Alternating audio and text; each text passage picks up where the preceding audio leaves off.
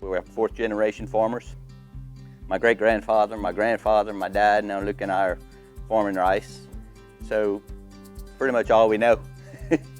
We do roughly 5,000 acres of rice, 2,500 acres of soybeans, and 2,500 acres of crawfish.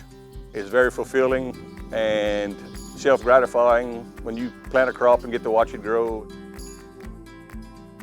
Progressive tractor approached Jude and I. They come offer a deal to rotate our equipment once a year. And we actually went down with Sonja and Home Bank and kind of told them what was going on to see if they thought that was a good idea. And she pretty much said it's a no-brainer. They were all game. They've been very receptive to the ideas we've had. Sonja and I probably talk twice a week, but it's a very good working relationship. They understand our business, they understand our goals. You have to have a bank that understands agriculture and understands the way it works, and Home Bank is very good about that. We've always been a farming family.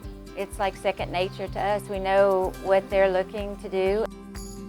We've been in the fields, we know what it's like. I've actually driven a cart before when they're cutting rice. It's very rewarding when you can have customers like the Doises that know their stuff and they come ready and everything falls into place. The tractors and combines we run are all automated. They got auto steer and it's more fuel efficient. We have mapping systems in there with max yield data, and then we overlay that with our fertilizer applications, and then we can tell what part of the fields yield more than the other part of the fields.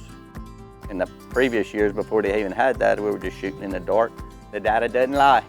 This facility can dry probably, from an economic standpoint, probably half the price of what these older ones do, and faster.